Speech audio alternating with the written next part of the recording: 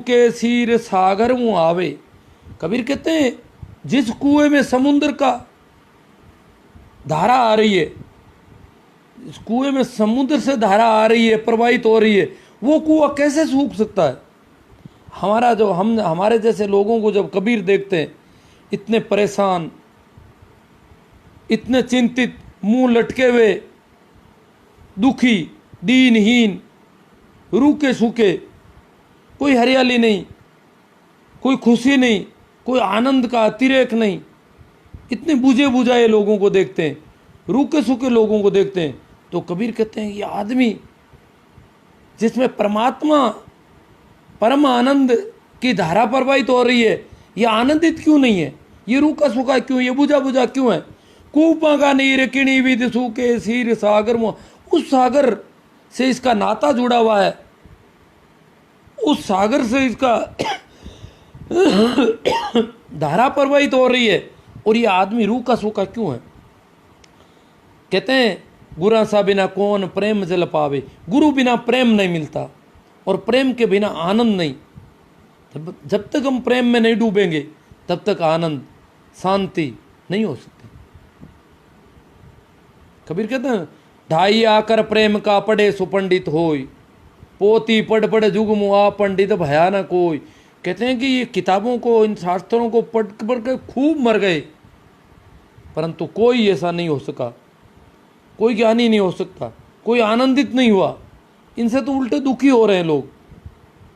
जिसमें प्रेम पैदा हुआ है और वैसे ही वो आदमी खिलने लग गया। जितना ज़्यादा आप प्रेमी की जितना खिल सकता है वैसा कोई नहीं खिल सकता। इसलिए एक और भजन में थोड़ा सा हमारे ये दुखी उन्होंने बहुत उसमें उदाहरण दिए उस भजन में, मैं पूरे भजन कहूँगा तो ज़्यादा होगा या देखता हूँ मैं। वो कहते हैं कूपांगा नहीं रेकिणी विद सूखे सी, वो कहते हैं कि जैसे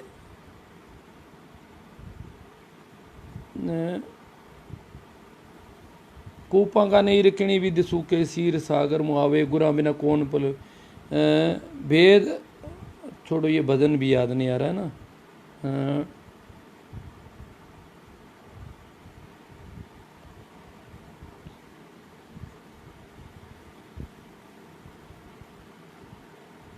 हाँ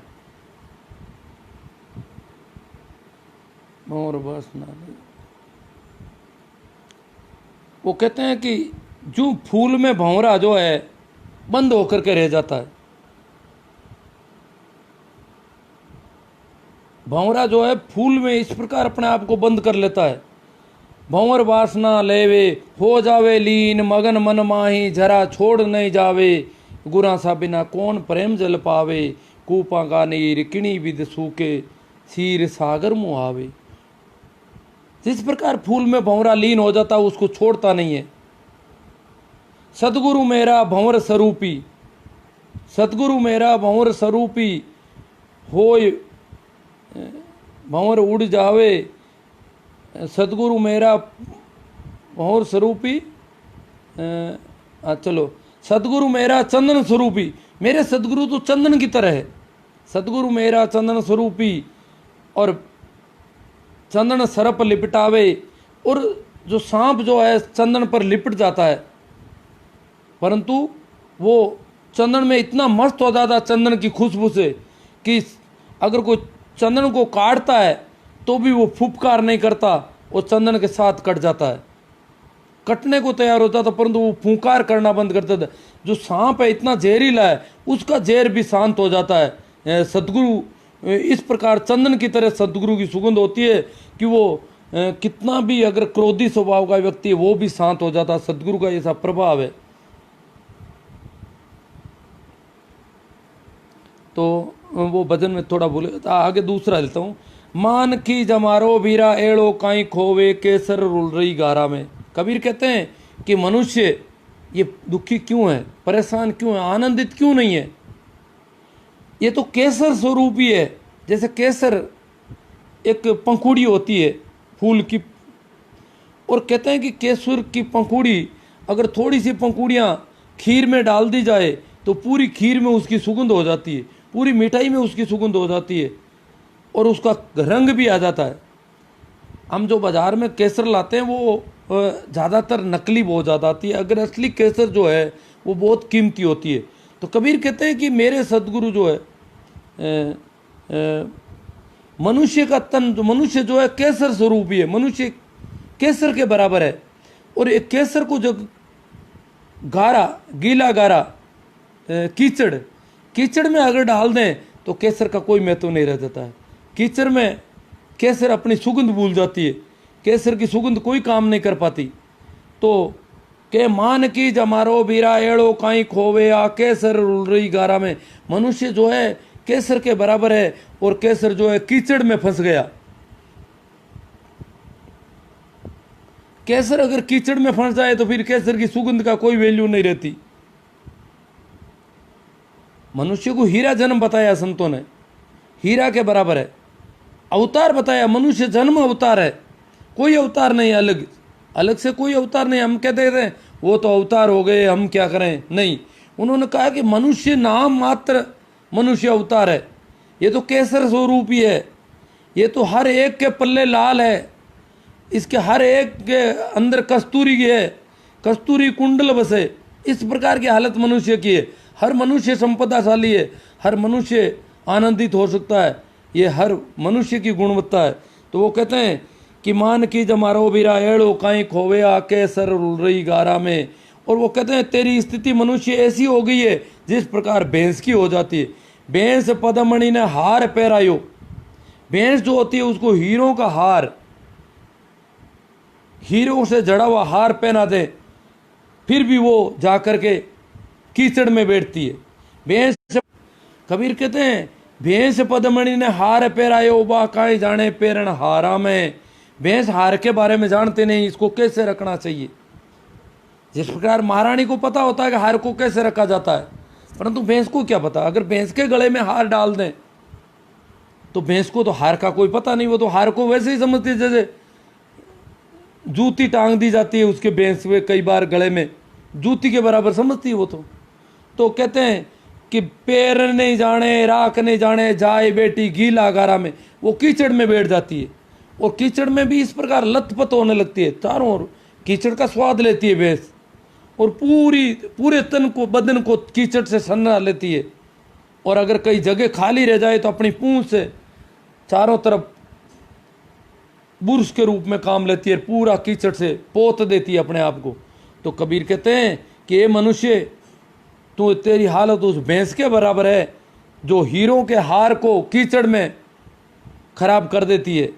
तू हीरा है। भैंस पदमणि ने हार पेरायो बा काई जाने पेरण हारा में, पैर नहीं जाने राख नहीं जाने जाए बेटी गीला गारा में। आगे कबीर और भी देखो, ये मतलब पशुओं से तुलना करते हैं मनुष्य की, क्योंकि पशुओं से आया है, इसमें पशुओं से ज़्यादा गुण नहीं है जब तक ये आदमी आनंद को नहीं प्राप्त कर लेता है। इसलिए संतों ने पशुओं के साथ जोड़ा हमको। खेड़ापा के रामदास कहते हैं एक जगह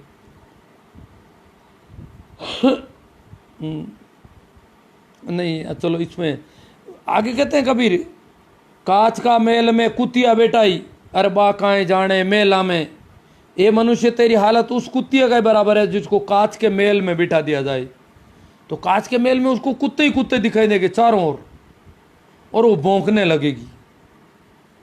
तो कबीर कहते हैं तेरी हालत वही है, तुम भौंकता रहे, दिन भर बक बक बक बक करता रहता है, तेरी हालत उस कुत्ती के बराबर है। तुझे पता नहीं क्या क्या दिखता है, जैसा है वैसा नहीं दिखता है, तुझे कांच में दिखता है, मायावी चीज़ें दिखती है। तो कहते हैं कांच का मेल में कुतिया बैठाई अरे वाह काएं जाने मेला में, अरे एक एक कांच में दो ही दिखे, अरे बुझ बुझ खोयो जमारा ने, मान की जमारो भीरा एड़ो काई खोवे आ केसर रुल रही गारा में।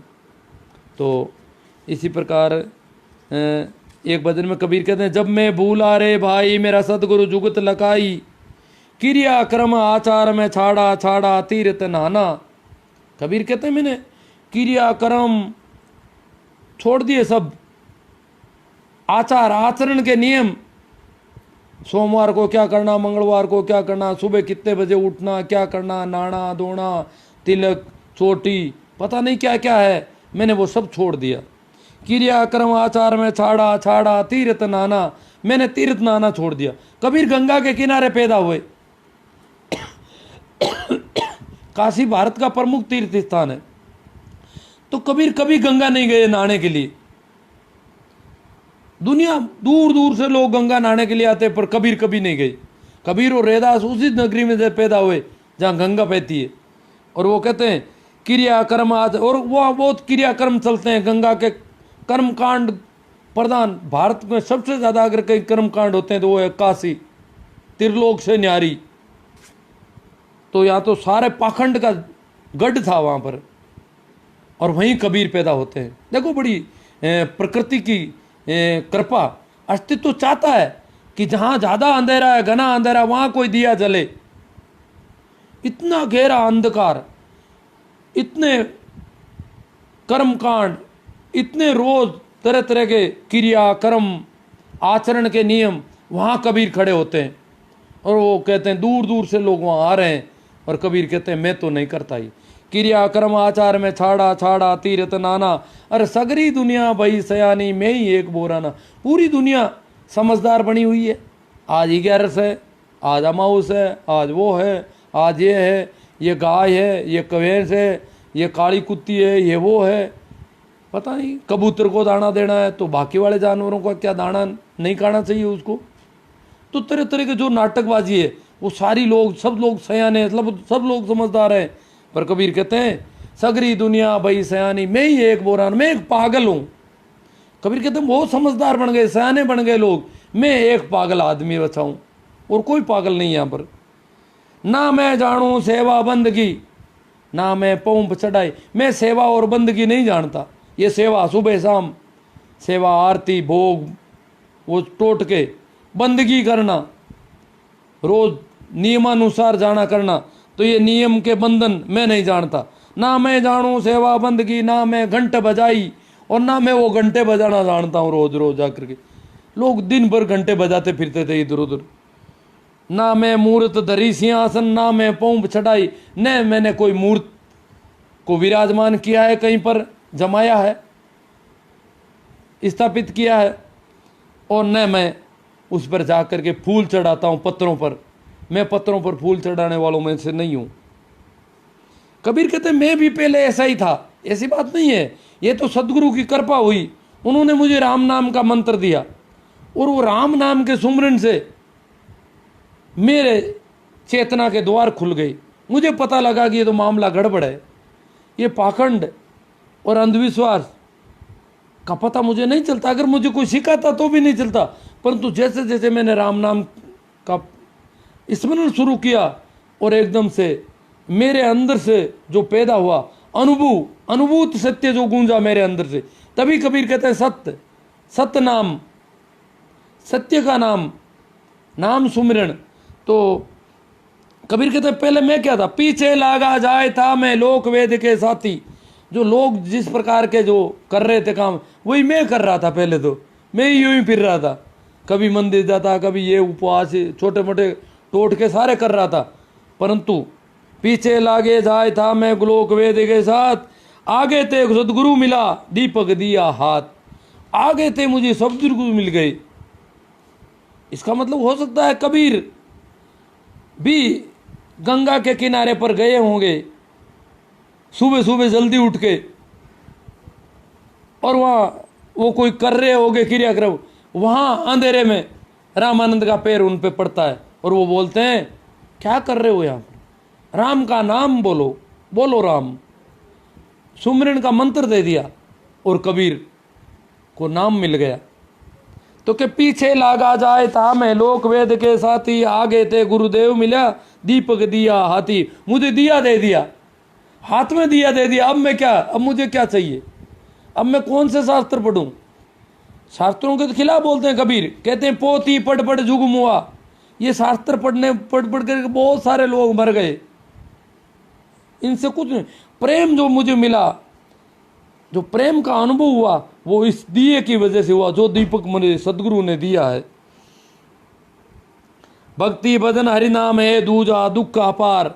वो कहते हैं भक्ति भजन वो हरि का नाम है, वो राम का नाम है, और सब अपार दुख है अनेक दुख हैं, ये सारे टोने टोट के, ये कर्म कांड, ये क्रिया, ये पान पूजा, ये फूल चढ़ाना, ये करना वो करना, तो ये पुण्य पाप, ये सारी चीजें बोले। उन्होंने कहा कि ये सारी चीजें गड़बड़ है। तो कहते हैं भक्ति भजन हरि नाम है दूजा दुख अपार, मन सा वाचा कबीर कर्मणार, कबीर सुमरण सार। सुमरण जो स्मरण है राम के नाम का, वो मन से भी होना चाहिए, वचन से तो करते ही हैं। मन सा वाचा कर्मणा, कर्म जो काम कर रहे हैं, कबीर कहते मैं सोऊं तो पूजा, जो भी करता हूं पूजा हो रही है, जो काम कर रहा हूं उसमें भी सुमरण चल रहा है। सुमरण छूटता ही, कुछ भी करूं सुमरण निरंतर चलता है, अविरल धारा चल रही है सुमरण की। चाहे मैं किसी भी काम में लगाऊं, पर सुमरण भूले से नहीं भूल सकता मैं, सतत धारा चलने लग गई मेरी सुमरण की। तो कहते हैं मनसा वाचा कर्मणा कबीर सुमरण सार, आंखरियां झाई पड़ी पंत निहार ने। कबीर भी मीरा की तरह कहते हैं कि मेरी आंखों में झाई पड़ गई, मैं भी पंत निहार रहा हूं, अब मुझे मिले, कब मैं निहाल हो जाऊंगा। पंत निहार निहार जी बढ़िया छाला पड़ा, राम पुकार पुकार, राम राम राम राम, मेरी जीभ के छाले पड़ गए, इतनी गहरी पुकार। कबीरा वेद बुलाए के पकड़ दिखाई मोरी बाएं, वेदन वेद जानिए, वेदन वेद न जानिए, अरे करक कलेजा माए। वेद बेचारा यहाँ देख रहा है। कबीर कहते हैं मेरे तो गहरी बीमारी है, ये ऐसी ऊपर की बीमारी नहीं है जो वेदराज जी रोज लोगों का इलाज कर रहे हो आप। जिन लोगों का आप इस प्रकार की बीमारियों का, जिन बीमारियों का आपका अनुभव है, वैसी कोई बीमारी नहीं। मेरी बीमारी बहुत गहरी है, वो तो कर्क कलेजे माए, कलेजे में कर्क लगी हुई है, हृदय में आघात लगा हुआ मेरे। तो पाखंड पर कबीर कहते हैं मोह को कहाँ ढूंढो रे बंदो, मैं तो तेरे पास में, मैं तो तेरे पास हूं, तू कहाँ जा रहा है, काबा कैलाश कहाँ मंदिर मस्जिद, वहां क्या मिलेगा, वहां क्या ढूंढ रहा है तू, वहां ढूंढ रहा है जहां मैं नहीं हूं, और वहां चाहे कितना ही ढूंढेगा तो कभी मिल नहीं पाऊंगा। मैं तो तेरे पूरा पास, सब पास से भी पास, दूर आते दूरा नेड़ा से नेड़ा। तो के ना मैं देवड़ ना मैं मस्जिद ना काबे कैलाश में, ना मैं देवड़ ना मैं मस्जिद ना काबे कैलाश में, ना तो कोनो क्रियाक्रम में, न मैं क्रियाक्रम में कर्म कांडों में, नहीं जोग वैराग में, न मैं योग वैराग में, न मैं घर छोड़ने से भी नहीं हूं। ये नहीं वैरागी बन जाऊं, बाहर फिरूंगा, तरह तरह के कपड़े पहन लूंगा तो कुछ हो जाएगा। कबीर कहते हैं ऐसा कुछ नहीं, वो तो तेरे पास में, तू कहीं भी जाएगा तो भी साथ रहेगा। खोजी हो तो तुरंत मिली हो, पल भर की तलाश में। अगर सच्चा कोई खोजी हो तो पल भर में, समय ही नहीं लगता है बिल्कुल। होना खोजी चाहिए, खोजी होना चाहिए, पूरी प्यास होनी चाहिए, पूरी खोजने की ललक होनी। खोजी हो तो हो तुरंत मिली हो, पल भर की तलाश में, मैं तो रहो शहर के बाहर मेरी पूरी मवास में। मैं तो मेरी पूरी मस्ती में, शहर के बाहर जो शहर है हमारा बसाया हुआ, ये मन का शहर, ये जो संसार हमारा बसा है, इस संसार से बिल्कुल मैं अलग रहता हूँ। मैं तो पूरी मस्ती में रहता हूँ, पूरे आनंद में डूबा हुआ रहता हूँ। के कबीर सुनो भाई साधो, मैं सब सांसों की सांस में, मैं तो सांस सांस में रमा हुआ हूँ, सब सांसों में, प्रत्येक व्यक्ति की सांसों की सांस में हूँ। जो तिलमाई तेल है, जो चकमक में आगी, तेरा साई तुझ में है, जागी सके तो जागी। तो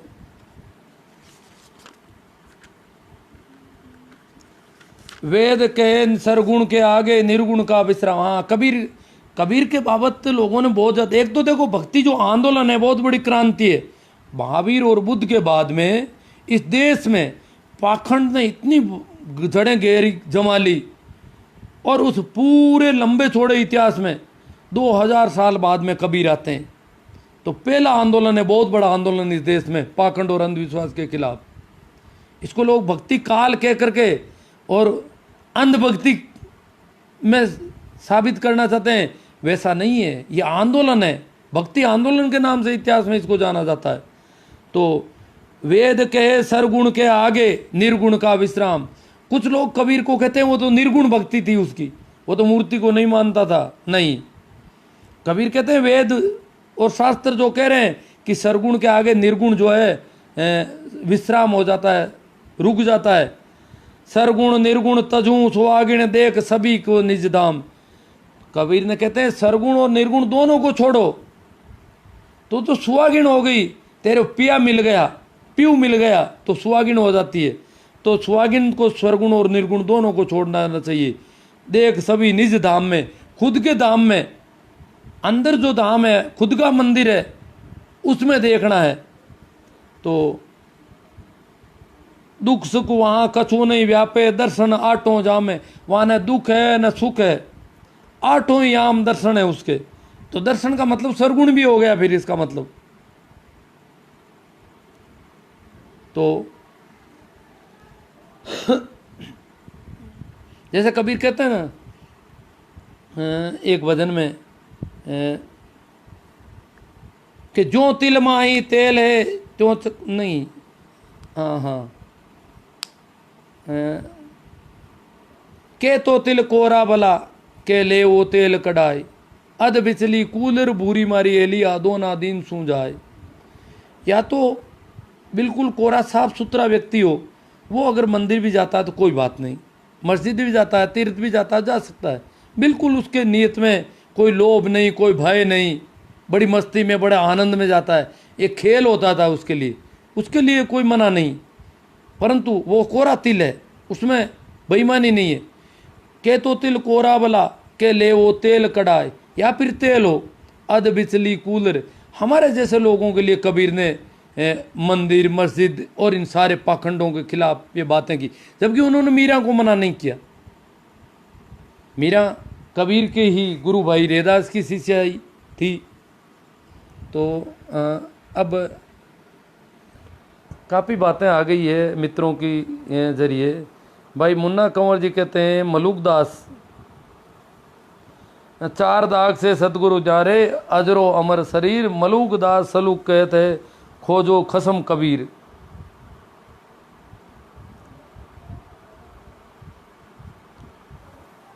जो दाग है, दाग का मतलब जो दहन है, जो पीड़ाएं हैं हमारी, उन सब से जो है सदगुरु अलग है, ऐसा कुछ है इसमें। गुरुजी जितना इस कार्यक्रम में ऐसी एसटी से जुड़ा हुआ, वरना ओबीसी जुड़ जाए तो इस यूनिवर्सिटी ने बना दी है। दादू दयाल जी, कोई सरगुण में रीझ रहा है, कोई निर्गुण ठहरा है, दादू गति कबीर की मोह से कहीं न जाए। देख लो दादू ने, मुन्ना कंवर जी बहुत गजब का लाए हो आप तो यार। दादू कहते हैं कोई सरगुण में रीझ रहा है वो मतलब मूर्ति के आगे दीवाना हो रहा है, कोई निर्गुण ठहरा है, दादू गति कबीर की मोह से कहीं ना जाए। आदि कहते हैं कबीर की गति अलग है, वो मैं नहीं कह सकता, वो सरगुण और निर्गुण दोनों से अलग है। दादू दयाल, जिन मोह को निज नाम दिया सोई सतगुरु हमार, दादू दूसरा कोई नहीं कबीर सृजनहार। निज नाम दिया, जो राम नाम का सुमरण, ये सारे संत जो हैं कबीर से ये एक शुरू होती है धारा, और इस देश में लंबे समय तक ये राम नाम सुमरण के जरिए जो भक्ति आंदोलन चला, इसने पाखंडियों की जड़ें हिला दी थी। तिल मिलाट हो गई थी पंडितों में, जो मंदिर के नाम पर बिजनेस कर रहे थे, धंधा कर रहे थे, कमाई कर रहे थे, लूट मचा रखी थी, उनकी हालत खराब हो गई थी। धर्मदास जी कहते हैं बाजा बाजा रईत का पूरा नगर में शोर, सतगुरु खसम कबीर है नजर न आवे और। कबीर को खसम मानते हैं, पिया मानते हैं। धर्मदास तो अपने आप को एक स्त्री की तरह प्रस्तुत कर रहे हैं, धर्मणी। भजन में जगह जगह धर्मदास अपने बारे में कहते हैं मैं तो धर्मणी, तुमने आते जगत में कौन हर तो मारी पीर, बेजाती बेवाल भजन बिना मैं यूं जाती। तो इस प्रकार वो अपने आप को एक स्त्री का अहंकार बहुत कम होता है, तो वो एक तरह से प्रियतम माँ बन जाती है। खसम कबीर मेरे पति है।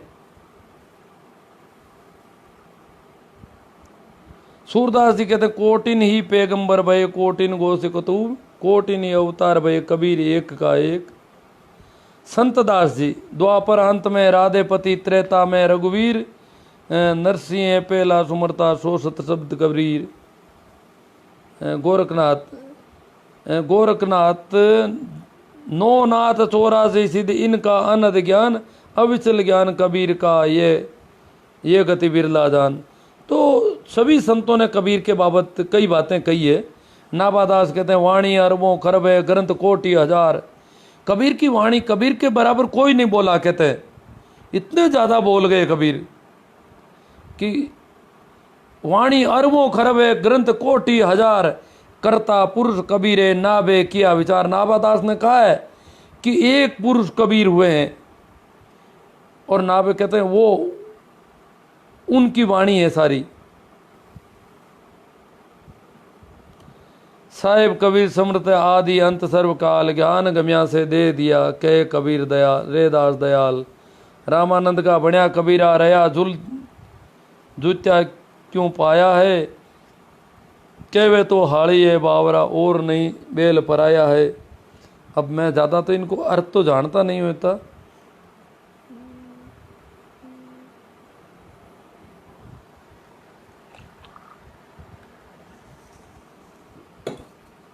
संत जगजीवन ये जयपुर के आसपास हुए, तो वो कहते हैं संत अनेक संसार में, सतगुरु सत्य कबीर जगजीवन आप कहते सुरती नृत्य के तीर।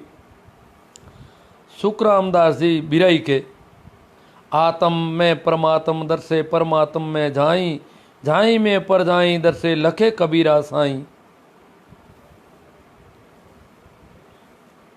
सभी संतों ने कबीर की महिमा गाई है।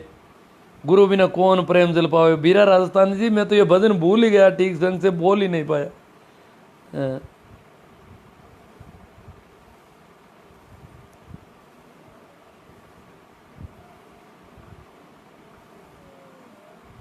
डींगरा और हार डींगरे की तरह वो लिखते रहो कैसे को बिना। भेंट पदमणी ने हार पहरायो वाह काई जाने पैर हारा में, पैर नहीं जाने राख नहीं जाने जाए बेटी गीला कर। वो कादे में कीचड़ में इस प्रकार सन जाती है कि बाहर निकलती है तो वैसे लगता है कोई जूती टंगी है। लिखते रहा है, हार नहीं है। खाड़ो के अगर अपना कबीर जी की जयंती को आपको हार्दिक शुभकामनाएं। हाँ सभी को शुभकामनाएं। सतगुरु दाता राम जी भली बताई बात, करना था सो कर ले बंदा नहीं चलेगा साथ। सरगुण और निर्गुण दोनों का ही महत्व है। दोनों ही पथ एक मंजिल पर ले जाते हैं। रामकृष्ण काली के उपासक थे। रामकृष्ण है, मीरा है, कर्मा है। गुरुजी सर जी आप तो सही सनातनी बात बता रहे हो, जय हो गुरुजी। मोहम्मद लाल जी कह रहे हैं मंदिर जाना बुरा नहीं, मगर सचमुच जाए तो ही बात है। नज़र भगवान की मूर्ति की तरफ वो न कि जूतियों की तरह। सुरेश जी आत्म साक्षात्कार दिवस पर सभी मित्रों के लिए चुनौती स्वीकार करने के अवसर पर उपयोग करने की क्षमता है प्रार्थना। संत कबीर जयंती पर नमन। इन्होंने कोई भजन लाए हैं मेघवंशी जी। मोह को कहाँ ढूंढे रे बंदा मैं तो तेरे पास, ना मैं नहीं खाल में नहीं पहुँच में, ना हड्डी में मांस में, ना मैं देवल ना मस्जिद काबे केड़ा, ना तो कोनो क्रियाक्रम में खोजी हो तो तुरंत मिली हो। मैं तो रहो शहर के बाहर पूरी अपनी मवास में, कहे कबीर सुनो भाई साधो मैं सांसों की सांस में। हाँ इन्होंने पूरा पूरा बोल दिया इसको। हमारे लिए तो आप विश्वास श्रद्धा प्रेम भक्ति सोपान, प्रेम आप पेड़ से ही करो तो भी। हाँ अपन मूर्ति से प्रेम कर सकते हैं, पत्थर से, और पेड़ से नहीं कर पा रहे हैं। देखो हमारी स्थिति, किसी कुत्ते के, गाय के सामने, भैंस के सामने भी हम बैठ सकते हैं। उनकी आंखों में आंखें डालकर हम मुस्कुराते हैं तो लोग पागल कहेंगे। मूर्ति के सामने लोग मुस्कुराते हैं पर लोग वो समझदार कहलाते हैं। पत्थर के सामने जो नाचते हैं वो समझदार कहलाते हैं। अगर भैंस के सामने कोई नाचे तो उसको मूर्ख माना जाता है इस देश में। देखो आदमी की समझ को देखो। अगर कोई भैंस के सामने, अगर कोई गुलाब के फूल के पौधे के चारों ओर नाचे, गीत गाए, गुनगुनाए, हंसे, मुस्कुराए, उसको देख करके राजी हो तो लोग पागल मानेंगे उसको अस्पताल पागल खाना ले जाएंगे। कोई भैंस के सामने, कोई कुत्ते के सामने उसकी आंखों में झांकें और मुस्कुराएं, आनंदित हो, तो लोग उसको पागल मानेंगे। और पत्थर की मूर्ति के सामने कोई ऐसी बेवकूफ़ियाँ करता हो तो उसे भक्त मानते हैं, उसे समझदार माना जाता है। ये इस देश का उसूल है, क्योंकि ज़्यादातर लोग वही बेवकूफ़ी करते हैं, पत्थरों के सामने करते हैं। जो जीवित परमात्मा जहाँ खड़ा है, कुत्ते में जो परमात्मा है, जो फूल में परमात्मा है, जो पेड़ में परमात्मा है, जो भैंस में परमात्मा है, उसके सामने नाचें तो गलत माना, उसके सामने कीर्तन करें तो उसे ठीक नहीं माना जाता।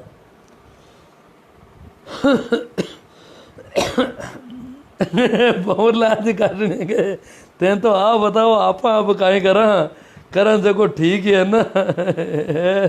नहीं हो, हाँ करन से को ठीक है, नहीं ठीक है, जो भी कर रहे हैं ठीक है, और भी ठीक होगा। अगर ठीक ही ठीक चलते रहे तो ठीक होगा ही होगा। कोई इतनी जल्दबाजी करने की कहाँ ज़रूरत है जी। जो कर रहे हैं उससे हम राजी हैं, हमें ठीक मिल रहा है, हम आनंदित हो रहे हैं तो ठीक है, रास्ता सही है। और हम परेशानी में पड़ रहे हैं, पहले से ज़्यादा टेंशन में जा रहे हैं, पहले से ज़्यादा क्रोधी हो रहे हैं, पहले से ज़्यादा लोगों उखड़ जाते हैं बार बार, तो मामला रास्ता गलत हो सकता है। कबीर की जयंती नहीं प्रकट दिवस होता है, क्योंकि कबीर जी का जन्म माँ के गर्भ से, भैंस के कबीर का जन्म पता नहीं कहाँ से हुआ। कबीर सभी का जन्म माँ के गर्भ से होता है। कबीर कोई अपवाद नहीं है। आजकल क्या है कि संत दरिया हुए हमारे रेण में, नाम उनका दरिया है। दरिया का मतलब होता सागर, समंदर। अब उनका जन्म कहते हैं रेण में हुआ या जैतारण में हुआ। यहाँ समंदर कहीं आसपास में नहीं है। रेण नागौर जिले में, जैतारण पाली जिले में, दोनों आसपास ही है बिल्कुल। तो जैतारण उनका गांव था, और ननियाल में उनके छोटे उम्र में कहते हैं पिता चल बसे, इसलिए माँ जो है ननियाल में ले आई थी। जाति से वो पिंजारा थे, रुई ढूंढने का काम था, मुसलमान थे। तो आजकल वो दरिया को मानने वाले लोग कहते हैं दरिया भी समुद्र में मिले। तो कबीर से भी वो तो आगे निकल गए बहुत ज़्यादा, कबीरपंथियों से भी, जो दरिया के राम से नहीं है। कबीरपंथी तो लेर तारा तालाब में प्रकट कर रहे हैं, और वो समुद्र से निकाल रहे हैं दरिया को।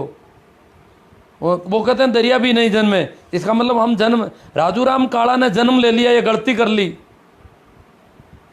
आपने जो माँ के गर्भ से जन्म लिया, इससे ज़्यादा गलती और क्या करोगे? अपराधी हो आप बहुत बड़े।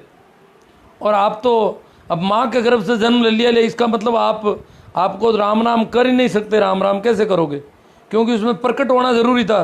चाहे कई छोटे नाले में पैदा हो जाते, कहीं भी पैदा हो जाते, कहीं थोड़े से पानी में भी हो जाते तो ठीक होता, प्रकट होते तो अच्छा रहता। माँ के गर्भ में जन्म लेना कोई अपराध होता होगा इनकी दृष्टि में। कबीर का जन्म माँ के गर्भ से हुआ है। हाँ, कबीर की माँ ने कबीर को छोड़ दिया होगा किसी लोक लाज की वजह से, किसी कारण से वो कबीर को रख नहीं पाई।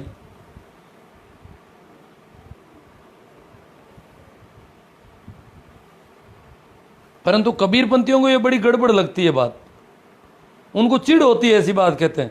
कबीर कहते हैं अपने उपजा पूत कमाल, कबीर वाणी में ये बात आती है। कबीर कहते हैं मेरे बेटा जो है कमाल, उनका बेटा कहलाता है।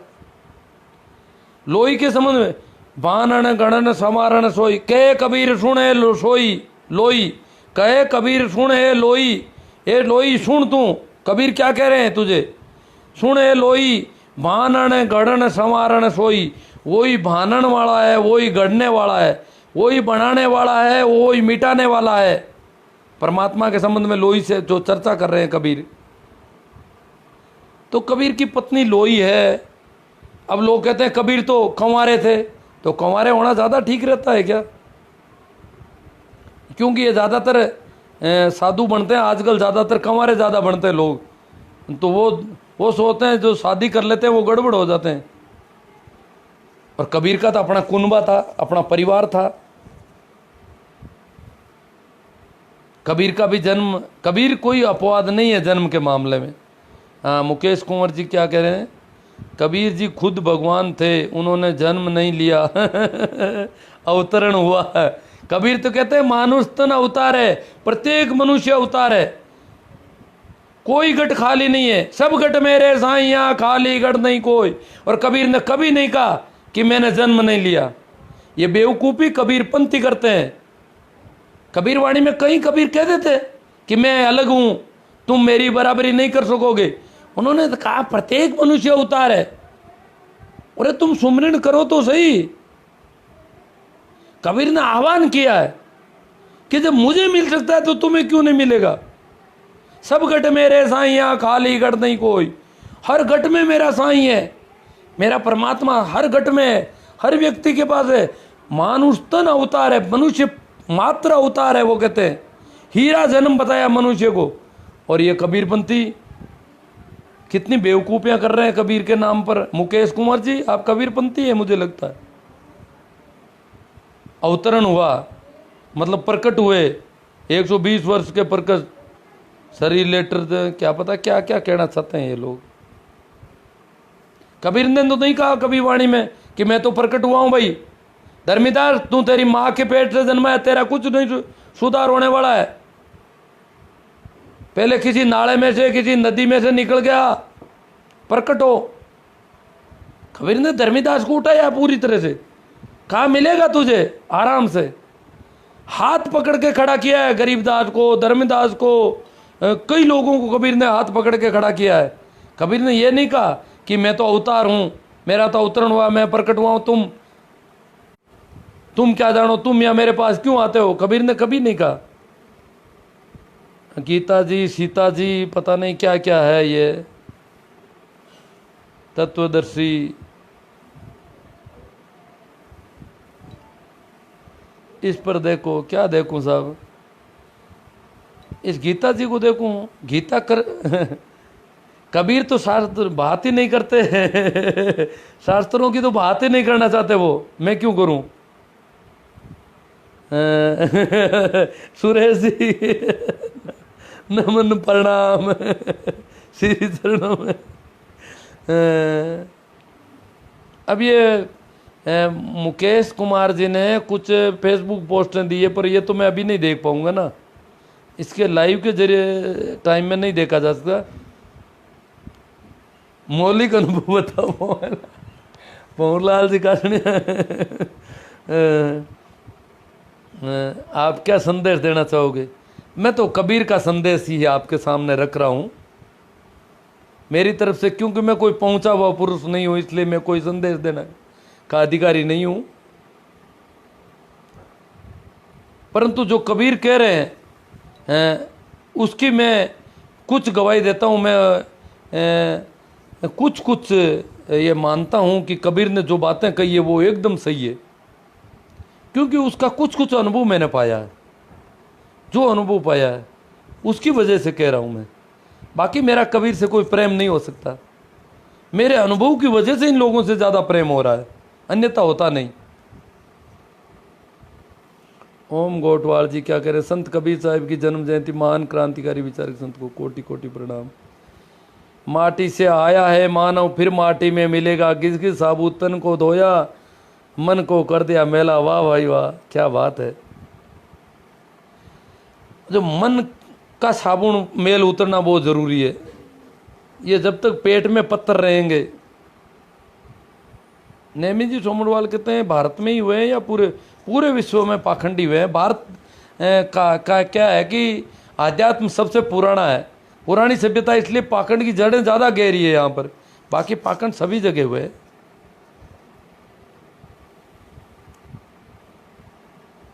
टर्निंग पॉइंट आपका भक्ति की तरफ रुझान कब हुआ, कोई टर्निंग पॉइंट। हाँ ऐसा है जी कि मैंने ओशो को पढ़ा, फिर सुना। तब तक तो बातें थी, बातें तो ओशो की बहुत तेज तरार थी, तर्क था उनमें, बहुत गहरा तर्क था, ज्ञान की बातें थी, पढ़े लिखे व्यक्तियों की बातें थी। तो बातें बातों में बातें कर रहा था। पर जैसे ही ध्यान शिविरों में गया और ध्यान के प्रयोग किए, मेडिटेशन किए। और मेडिटेशन करते करते उन दिनों बहुत गहराई में मैंने सारा काम लगभग एक बहुत लगन हो गई एक तरह से। और उन्हीं दिनों कुछ जो जो हुआ उसी का वो स्वाद है, वही रस है। धर्मेंद्र सिंह क्या कह रहे हैं, निर्गुण भक्ति के ज्ञानाश्री शाखा के प्रतिनिधि कवि कबीर की जयंती पर पहले कुछ सत्संग के बारे में पूछा था। कोरोना महामारी झाड़े लगाने, हाँ झाड़े बहुत पाखंड तो हो गया राम रतन जी। अब देखो झाड़े लगाने लग गए कोरोना महामारी के। भैंस के सामने नाचने से भैंस कूद जाएगी, दूध नहीं मूर्ति कुत्ता काट भी सकता है। अजी अजी इतने मासूम लोगों कहते हैं कि मीरा के गले में सांप डाल दिया, मन नहीं काटा। अगर हम दीवानों की तरह उनके सामने होंगे, पागलों की तरह, तो नहीं काटेगा। ऐसा ऐसा कोई ऐसा संदेह नहीं करना है अपन को।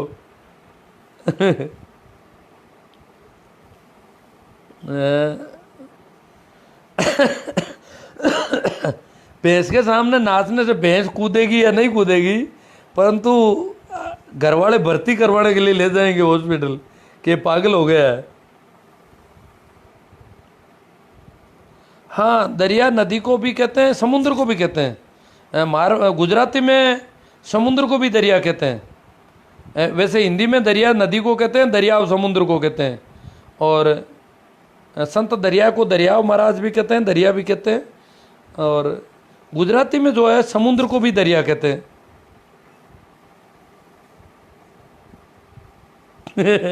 राम रतन जी बाहर से आ गए लगते हैं और कह रहे भोपा बनना है क्या। हाँ, भोपाओं को तो देखो, भोपा नहीं, पंडितीगिरी में कमाई है। भोपा बनोगे और लोगों को इधर उधर कुछ बातें करोगे ना, तो लोग कहेंगे तांत्रिक है और पकड़ लेंगे। और ये जो पंडितों का काम है ना, कर्मकांड, ये धर्म सम्मत है। इसको पूरा भारत में बहुत अच्छी मान्यता है। वो चाहे कितना भी ठगे, कितनी धोखाधड़ी करे, परंतु तांत्रिक के रूप में पंडितों को नहीं पकड़ा जाता इस देश में।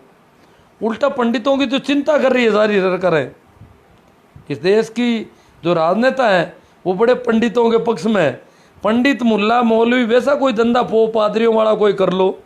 भोपा में तो भोपा को तो तांत्रिक के रूप में दंडित भी कर सकते हैं, पंडितीगिरी कर सकते हैं आप। संस्कृत के थोड़े मंत्र वंत्र झूठे सच्चे सीखे एक तेमल ला करके इस प्रकार चोटी वोटी यहाँ सारे तिलक मांडे करके कर सकते हैं, ये धंधा हो सकता है। पवनलाल जी को बहुत अच्छा लाइव लगा है, बहुत अच्छी बात है। सर जी आप सभी को संत कबीर साहिब के प्रकट दिवस पर वहाँ मोड़ा राम जी दान का सभी को सभी लोग इस पर कर रहे। सर आपके फेसबुक लाइव में मैं काफ़ी बार आ चुका हूँ। मेरा व्यक्तित्व ये कहता है कि सर आपके काफ़ी हद तक हर एक के बारे में तर्कपूर्ण सटीक जानकारी है। आपकी बातों से प्रभावित हुआ हूँ। रामदेव जी जमेरिया, आप देखो नहीं होना चाहिए किसी की बातों से प्रभावित। तो वैसे जो भी है प्रभाव से एक न एक दिन मुक्त होने, क्योंकि ये बंधन है प्रभावित होना, और संतों का मामला है बंधन से छुड़ाने का कोशिश होती है।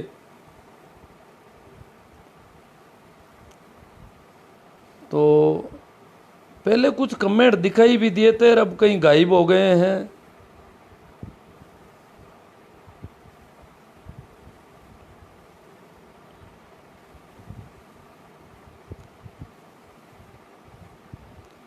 कबीर इज गॉड, मुन्ने मुकेश कुमार।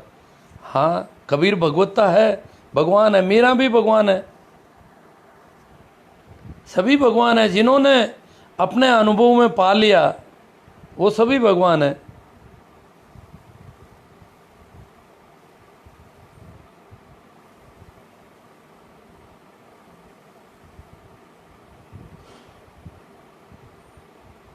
कबीर खुद भगवान थे, पर उन्होंने जन्म नहीं लिया। मुकेश कुमार जी, ये आपको किसने कह दिया? कबीर वाणी में तो कहीं नहीं कहा है कि मैंने जन्म नहीं लिया। भाई मैं आपकी तरह थोड़ा ही हूं। ये बातें आती कहाँ से है इतनी? जब संत कबीर की वाणी पढ़ी है पूरी, वहां पर कहीं ऐसी बात नहीं है।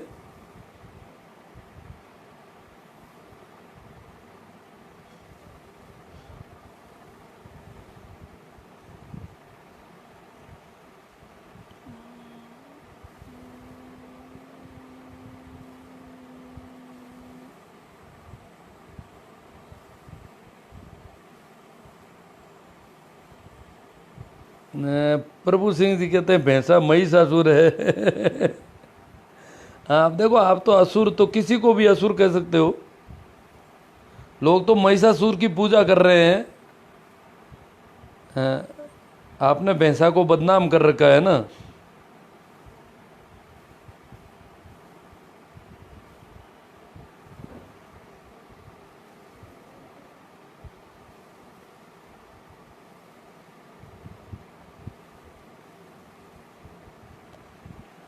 हनुमान जी दूंदवाड़ कहते हैं आजकल ज़्यादा लूण मिर्च लगाने जाने में कुछ भी कर सकते हैं। अब ये तो समझ में नहीं आया आपका।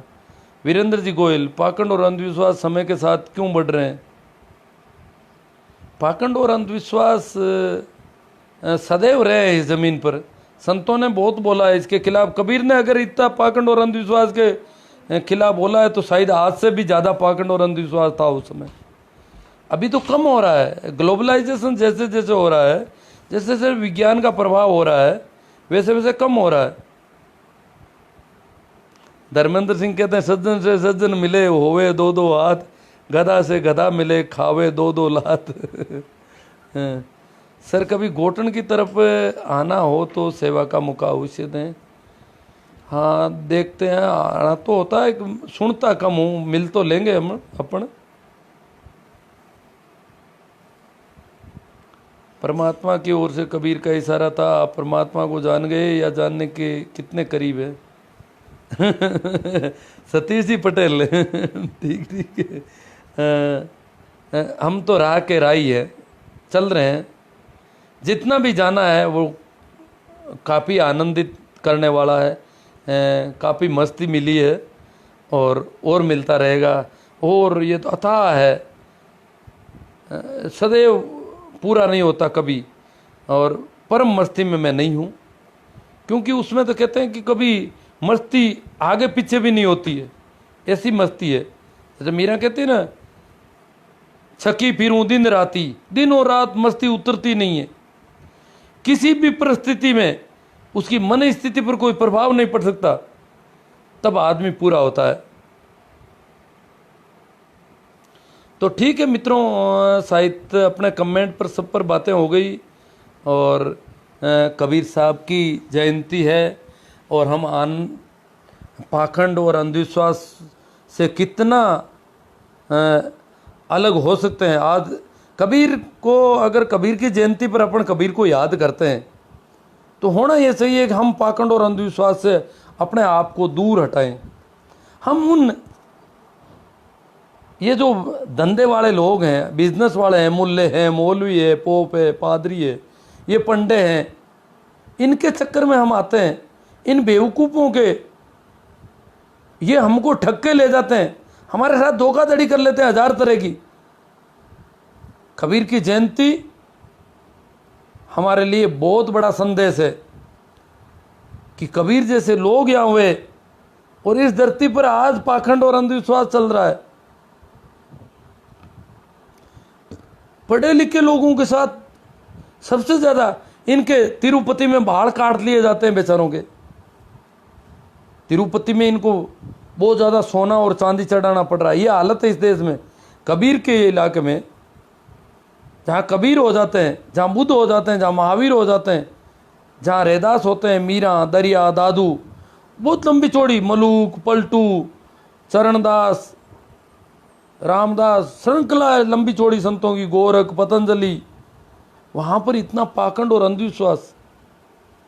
तो अगर हम कबीर को याद करते हैं तो एक ही बात है सबसे बड़ी, कि हम इतनी हिम्मत जुटा सकें कि इन मूर्तियों से डरना छोड़ें।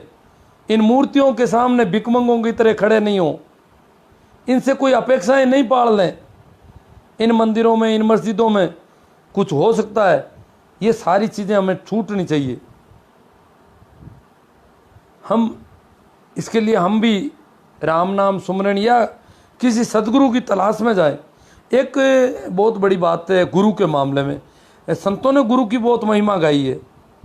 और इसलिए लोग क्या है कि कहते हैं कि गुरु करना बहुत ज़रूरी है। और किसी को भी जो अलग रंग के कपड़े पहनता है, जीन्स की पैंट पहनता है, उसको गुरु नहीं करेंगे हम। वो तो जीन्स की पैंट, जो कपड़े को लपेट के आता है, रंग रंगीले कपड़े, तिलक छापे, पता नहीं, या मौलवी की टोपी लगा के आता है, कुछ कुछ सांग करता है, पाखंड करता है, धोखाधड़ी करता है, उसको हम गुरु बना लेते हैं, उसके शिष्य हो जाते हैं, उसके शागिर्द हो जाते हैं, तो बहुत बड़ा धोखा खा जाते हैं। इसलिए हम उस गुरु की तलाश करें, सच्चे गुरु की, उस तलाश में निकलें। वो प्यास हो गई, अरे उसने अगर कोई दिया है हमें और हमने उस रास्ते पर चले और हमें कुछ शांति मिली है, हम आनंदित हुए हैं, हमारे तनाव कम हुए हैं, हमारे अंदर प्रेम पैदा हुआ है, लोगों से हमारी घृणाएं दूर हट गई है, ईर्ष्या द्वेष कम हो गए हैं, तो रास्ता सही है, तो गुरु है। और अन्यथा गुरु बदल लेना चाहिए रोज। संतों ने बहुत गुरु बदले हैं, किसी एक को पकड़ के नहीं बैठे हैं कभी। तो यही सबसे बड़ा है कि हम कबीर जयंती पर, कबीर जन्मदिन पर हम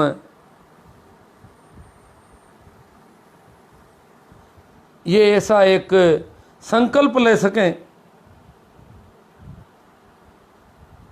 तो कबीर को सच्ची श्रद्धांजलि है। हमारी श्रद्धा है उनके अंदर, अन्यथा हमारी श्रद्धा उन 2% के लोगों में जो आंख बांध कर लूट रहे हैं, जो हमारे अंधेरे का फायदा उठा रहे हैं। धन्यवाद मित्रों, पर्याप्त हो गया, इतना कहकर मैं यहीं रुक जाता हूँ। आप सभी को मेरा प्रणाम, नमस्कार, राम राम। काफ़ी लोगों को ये बहुत अच्छा लगा है और उन्हें इसे ज़्यादा से ज़्यादा शेयर करना चाहिए। साथ ही मेरे YouTube चैनल पर भी ये वीडियो मैं डालूँगा, उसको भी आप सब्सक्राइब करें, लाइक करें और कमेंट वगैरह करें, ताकि प्रसारण जो है बढ़े। अगर हम चाहते हैं कि ये बात आगे तक जानी चाहिए, कहीं पहुंचनी चाहिए, तो ये सहयोग आप सबके द्वारा हो सकता है और आपके सहयोग से ही इसका प्रसारण जो है बढ़ेगा। धन्यवाद, प्रणाम, नमस्कार, राम राम।